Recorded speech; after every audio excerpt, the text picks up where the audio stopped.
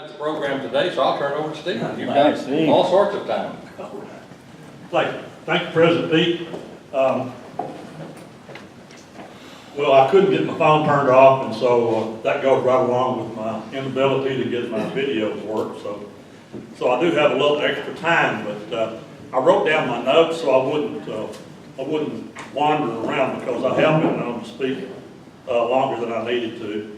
So I want to thank you all for having us today, and really I'm good to see Bubba. I've been communicating with him on text and email and all of that, and finally get to see him. Maybe I'll get to shake hands. We certainly do welcome Bubba Winningham to Gilmer as the owner of the new Winningham Chevrolet Company, I guess is what it would be. But anyhow, that's exciting. A lot of things going on in Gilmer, exciting, and we're looking forward to that. I have another guest here today. I have our city manager, Greg Hudson, is here. I invited him over, and because I'm giving a program on the airport, and he's the head honcho of the city of Gilmer, and the city of Gilmer owns our airport. Of course, we got our mayor here, who's the past president of our Rotary Club, and he's a regular member.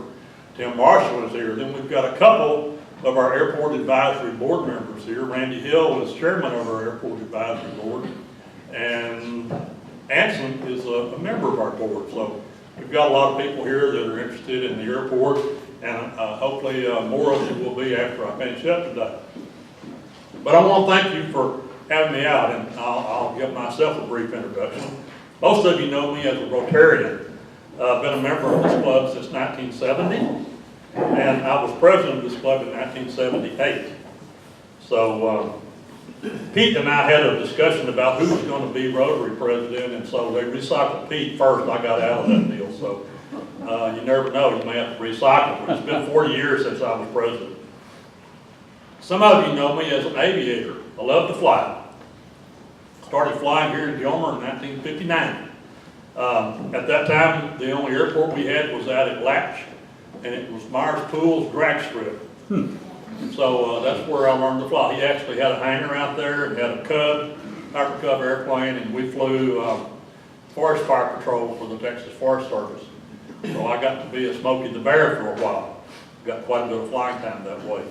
That was 10 years before the Gilmer Airport opened.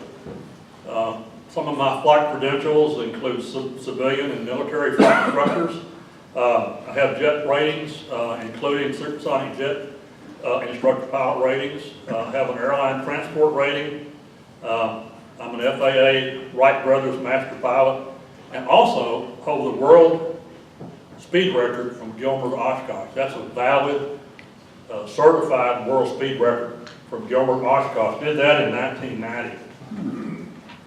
And then in 1993, I founded the Aviation Museum, and then later in 2000, I helped the city rename the airport in honor of Fox Stevens. Since I've got just a moment or two extra, I'll tell you a little bit about Fox, in case you don't know that. Fox Stevens was a Gilmer boy, Robert Stevens, and he graduated from Gilmer High School and then from Texas A&M, and then he went into the Air Force for World War II. He was a P-47 fighter pilot, combat in Europe. Then he came back and became a test pilot, and hands down was recognized as the premier test pilot in the Air Force during the 50s. He was the head test pilot for several programs, and one including the F-100. But most notably, he was the test director for the Blackbird, the SR-71 YF-12. And so Bobby, whose nickname was Fox, Silver Fox, became the world altitude and world speed record holder in the Blackbird. Up until that time, the Russians held those two records. That was on May the 1st, 1965, that he set those records. And those records still stand today with the SR-71 Blackbird. So when, and he loved to come to Gilmer, loved the Jamboree. His brother was one of my Sunday school teachers as a kid.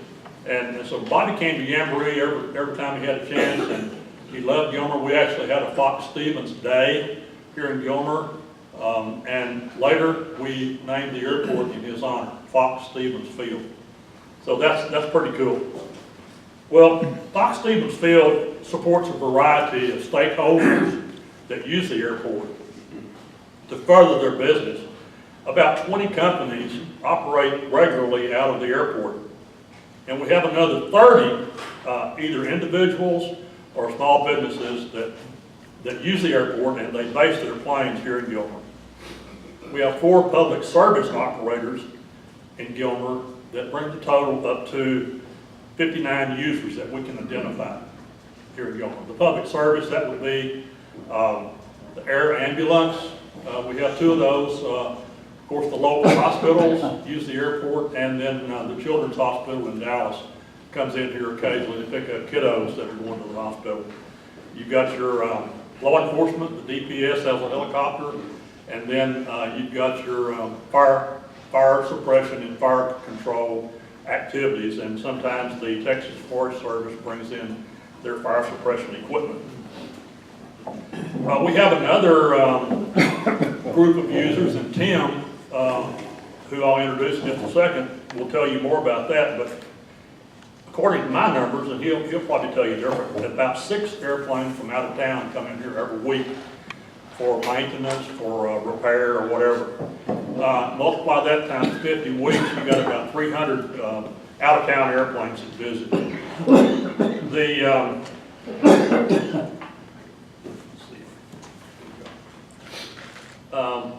So Gilmer has a modern executive terminal building.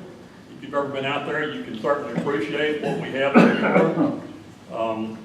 We have a remote weather observation station here in Gilmer, and it ties into the National Weather Service. So when you log on to any type of weather service, or if you hear the television weather report about Gilmer, they're picking up their weather via Wi-Fi and internet from the Gilmer Airport observation station. The terminal building and the weather station were provided by aviation grants that come through Texas Department of Transportation and the FAA Aviation Funds. There's always a matching portion for those grants, and in those 2 cases, for our terminal building and for our weather station, the Gilmer Industrial Foundation paid that. So we've had good community involvement with our airport. One thing the Rotary Club did is they sponsored a beautiful memorial rose garden at the airport terminal building in honor of Rotarian, Paul Harris Fellow, and Economic Development Director Amy Dean. And Amy was probably the youngest Paul Harris Fellow we had, and at one time she was one of the youngest Rotarians. So there are 42 city-owned T-hangars out at the airport. 42 basically local people that have planes out there. Those T-hangars were financed through rental income that is generated. And they were financed by the local banks. So there was no outside funds or anything like that used for the hangars that are there. The Gilmer Industrial Foundation donated land for the hangars. So as I said, there's no debt, and we have a capital investment of about $705,000. To replace that today would be in the neighborhood of $10 million probably. Positive cash flow to the city up to this date for rentals from local pilots is $1.1 million. $1.1 million have been brought in by rent paid for local airplane owners like Anson and others that keep their planes here. Projected aircraft rental income for the next 20 years will generate a lifetime from the beginning till now, till 20 years out, lifetime income of $2.7 million. So that's just a little contribution to the airport that the guys that own their airplanes here and keep them out the hangar. The big success story of the Gilmer Airport is the positive economic impact it brings to Gilmer. A couple of stories about that. In the 70s, Sam Walton came flying into Gilmer. He had come down from Arkansas looking for a location for his first Texas Walmart. He had heard about Mount Pleasant, and Mount Pleasant had, at that time, a little airport. Actually, it wasn't even as nice as Gilmer's airport at that time. He landed at Mount Pleasant, decided on a location there, and the first Texas Walmart came to Texas in Mount Pleasant. Well, looking around, he decided to fly down to Gilmer, check out our airport and look around. He liked what he saw, and as a result, the second Walmart in Texas was located here in Gilmer. Initially, he rarely brought a Walmart to any town that didn't have a convenient small airport, because he liked to fly his general aviation aircraft. So the airport, whether you like Walmart or not, the airport was the reason why he came to Gilmer. Yeah, We have, let's see here, I'm missing the page here. Another company that came to Gilmer because of the airport was Hickson Lumber Company. They came here in 2007. They purchased my mill over there. We were in the process of closing down. We'd had some major market issues, and so Hickson came in, and well, I met them at the airport in Dallas, and we first talked about it. But then they flew to Gilmer, 2007, and acquired Dean Lumber Company. They fly in here regularly in one of their 3 jets. They would not be in Gilmer if we had not had an airport. This is the only reason they selected Gilmer. So it's important to understand why and how the airport has a great impact on Gilmer's economic development. Hickson is in the process of building their 3rd new sawmill on the site over on South Montgomery. The mill will employ 60 new employees, and Randy Hill is doing the electrical. What's the startup date, Randy? I hope not very soon. You hope not very soon? Yeah. Because you're not ready. But I know he told me the projected cost was $7 million. Whoa. So anyway, that's a big investment for Gilmer. Another thing you don't think about, every landowner in Upshur County that grows pine trees, every landowner in Upshur County that grows pine trees is selling timber to Hickson every day. They're buying timber, they're providing a market for our hometown timber growers every day. Well, another good example of Gilmer aviation and economic development is our fixed base operator out at Gilmer, and that's named J.L. Arrow. We had J.L. Arrow came to Gilmer about 25 years ago when we encouraged Jesse Locker to move here from Longview.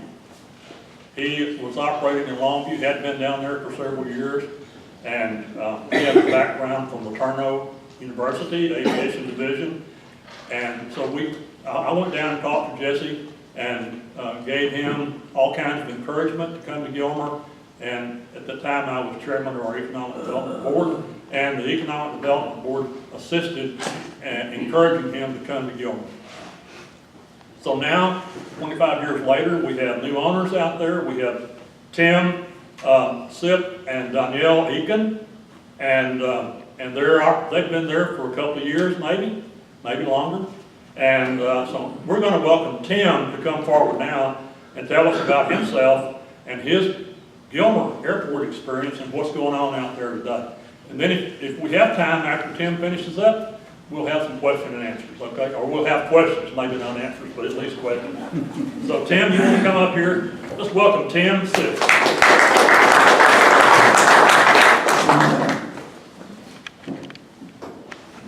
So Tim, here you go.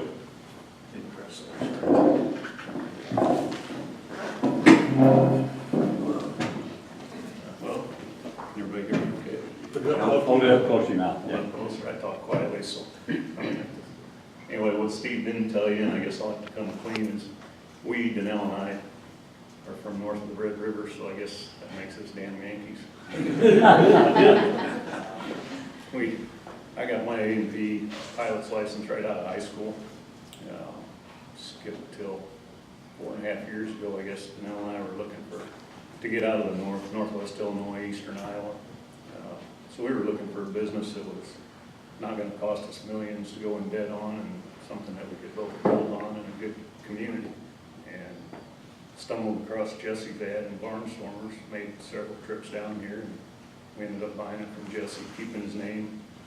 A lot of his principles and work ethics were exactly, fell in line with ours, and it's done really well. We intended to grow it, but it grew unintentionally because we just did the good work that Jesse did, mainly inspections on aircraft. There's a couple aircraft owners in here that still use us, which is good. No, we just do the work, do the quality work, and word spread. We got customers and airplanes coming from Manny, Louisiana, Midland, Texas. We've even gotten into bigger planes that I can ask Steve, we're kind of intruding on his hangar now for hangar space to get all the work done. 4 full-time people, 2 to 3 part-timers. Jesse comes back and helps us when he can and wants to. It's not too hot or not too cold.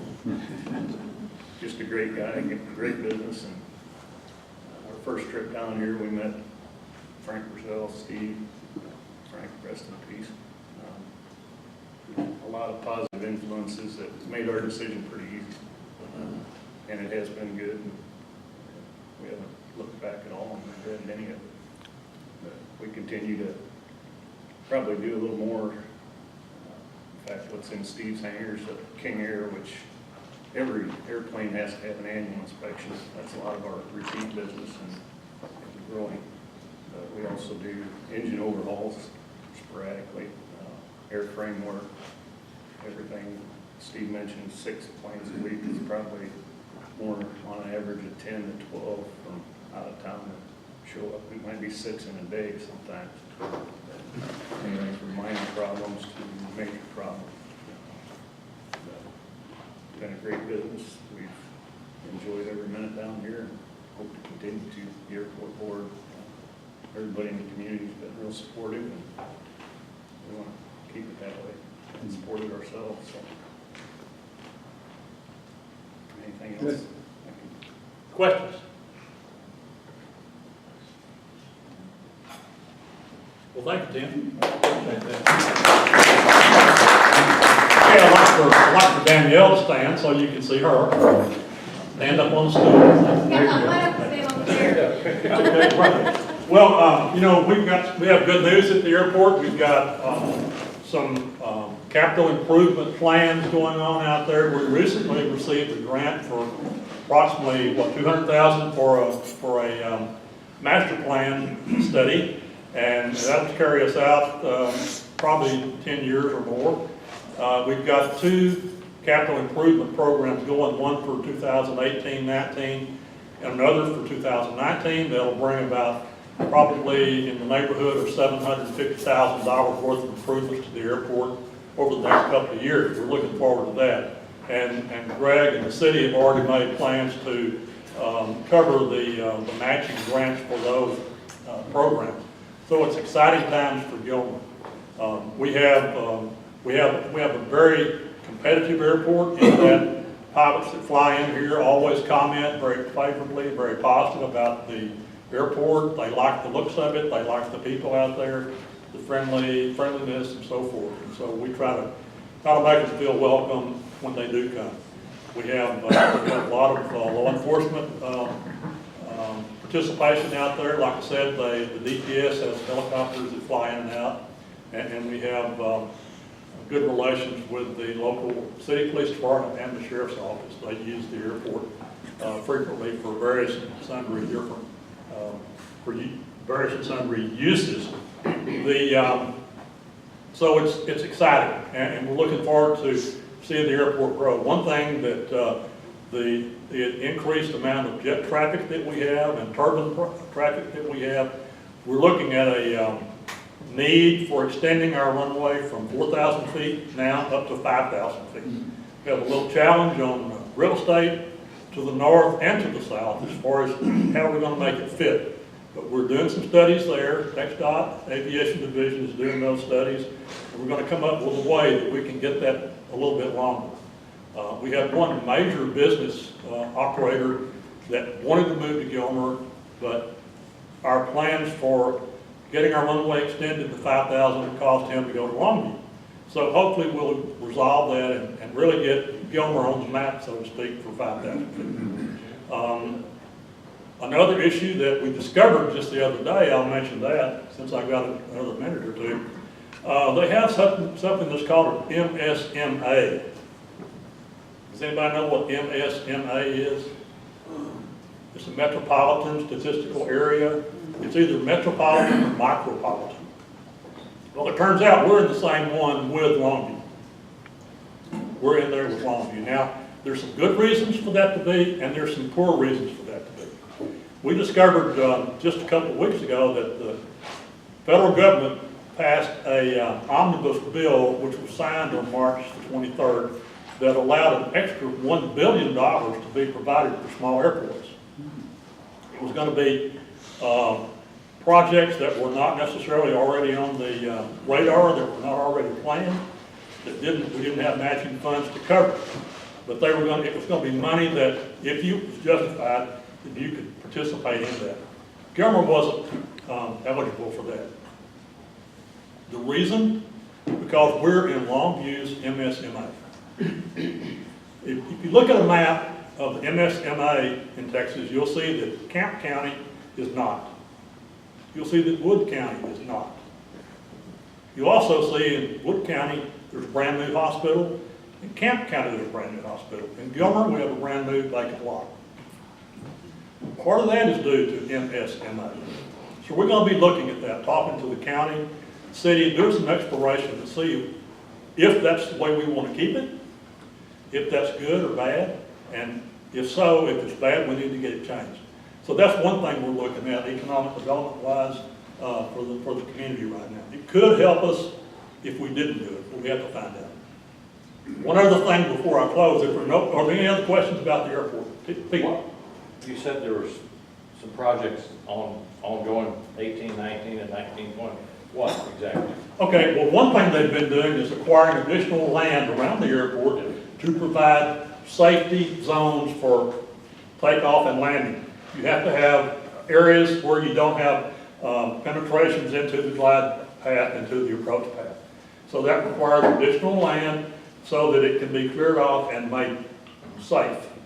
Another thing they're doing is improving our instrument approach, our all-weather approach in the Gilmer. Thanks to the new GPS systems that we have, Gilmer has the same capability of landing an airplane in the weather as you would have at DFW, as long as the airplane had the equipment on board. So that's something we're working on. They're doing a study on improving and the parallel taxiway down to the south end. And like I said, we're looking at the possibility of extending the runway. We have to do a traffic survey there and find out what we need. During that time also, they're going to rehabilitate some of the pavement, some of the markings, some of the lighting and so forth. All of that's pretty expensive when you calculate the government studies and plans and engineering that has to be done with that. Any other questions? Thank you. In a town comparable this size, let's say 5 or maybe 10,000, how common is it to have a 5,000-foot runway, especially when you're as close as you are to Great County, Tyler, Poundsville? It's not all that common, but it's not that many towns that have the kind of business that needs that kind of support. So it'd really be a boom. Well, there's one law firm that flies in and out of here a couple times a week in jets. There's another law firm that flies out of here twice a week in their airplane. There's 3 construction companies that fly in and out here frequently, and they're flying turboprop airplanes. So, Greg? You can elaborate on this a little bit, but it's my understanding that getting the approval to go 5,000 feet, add another 1,000 feet to the runway, is really dependent upon the traffic that the airport generates. And I'm under the impression that although what they're doing right now is called a master plan, and they're going to be looking into that. But I'm under the impression we have enough traffic that would warrant an extension of that runway. I think we do. We have people that are not flying in here because we don't have the runway. We don't know who those people are. We have to try to figure out a way to identify who they are. We have people that would grow their fleet if they had access. there's all kinds of indications that you do have the traffic to justify 5,000 feet. It's just a matter of identifying that. Tim?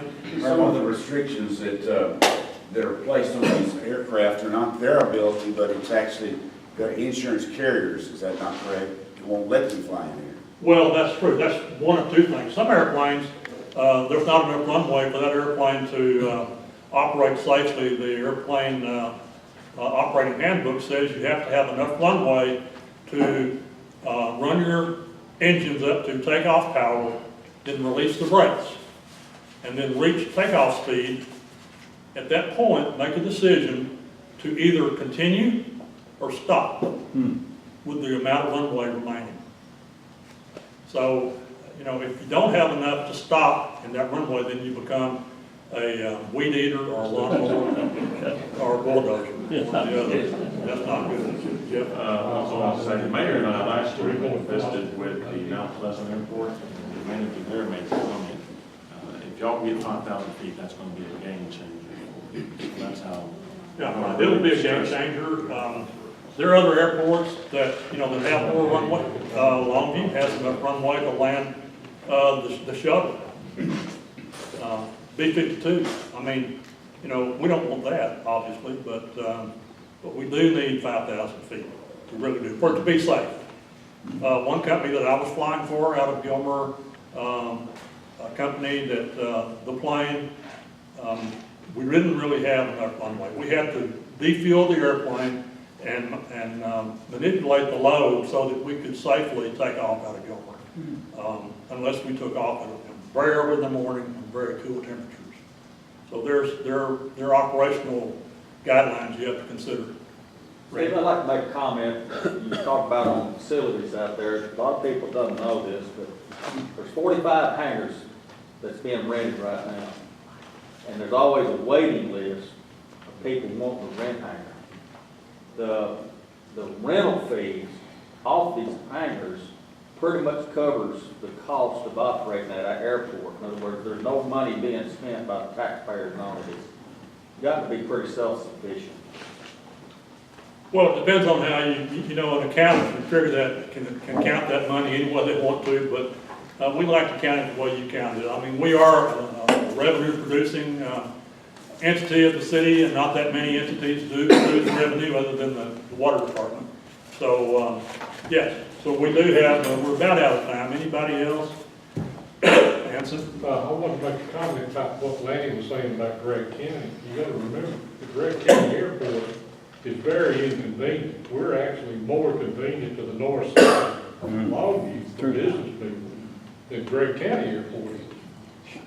Well, and I did not ask that question, meaning that I didn't think we should have it. There's a lot of people flying out here, and I'll talk to them, that's, well, we've got to meet a lawyer over here. That's a good question, Lanny. It's a good question. And so, an example that Greg Hudson and I were talking about last week, Wills Point, for example. Wills Point is too close to Terrell to get the recognition that we get here. I mean, they're just right at Terrell's back door. So they take a penalty for that. We don't get penalized for our proximity. Anything else? Carol, did you have something? Okay. Well, one last thing before I close. I've got just a minute. I want to tell about my guest, Mike Davis. Mike and I were talking a couple of months ago. He's going over to Normandy to visit the war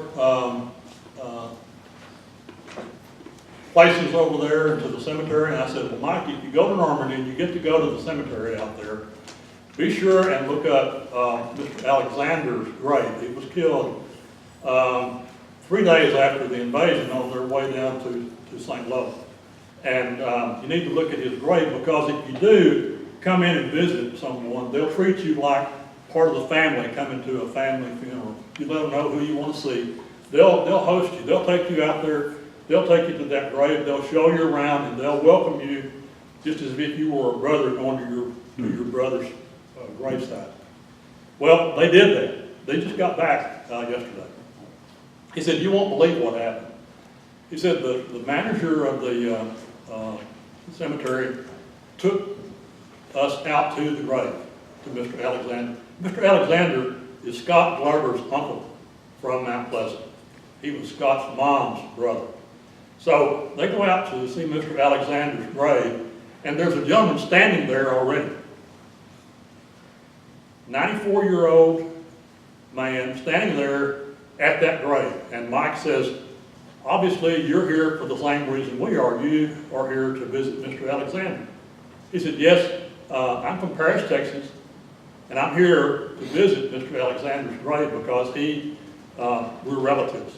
And here this 94-year-old gentleman was standing there. So it was very awesome, you know, that he got to do that. And I was really pleased that he got to tell me that story.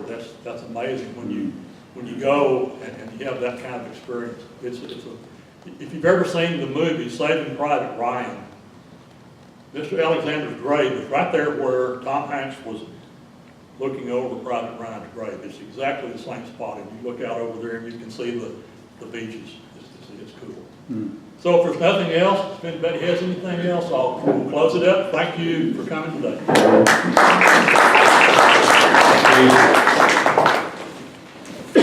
Just a reminder,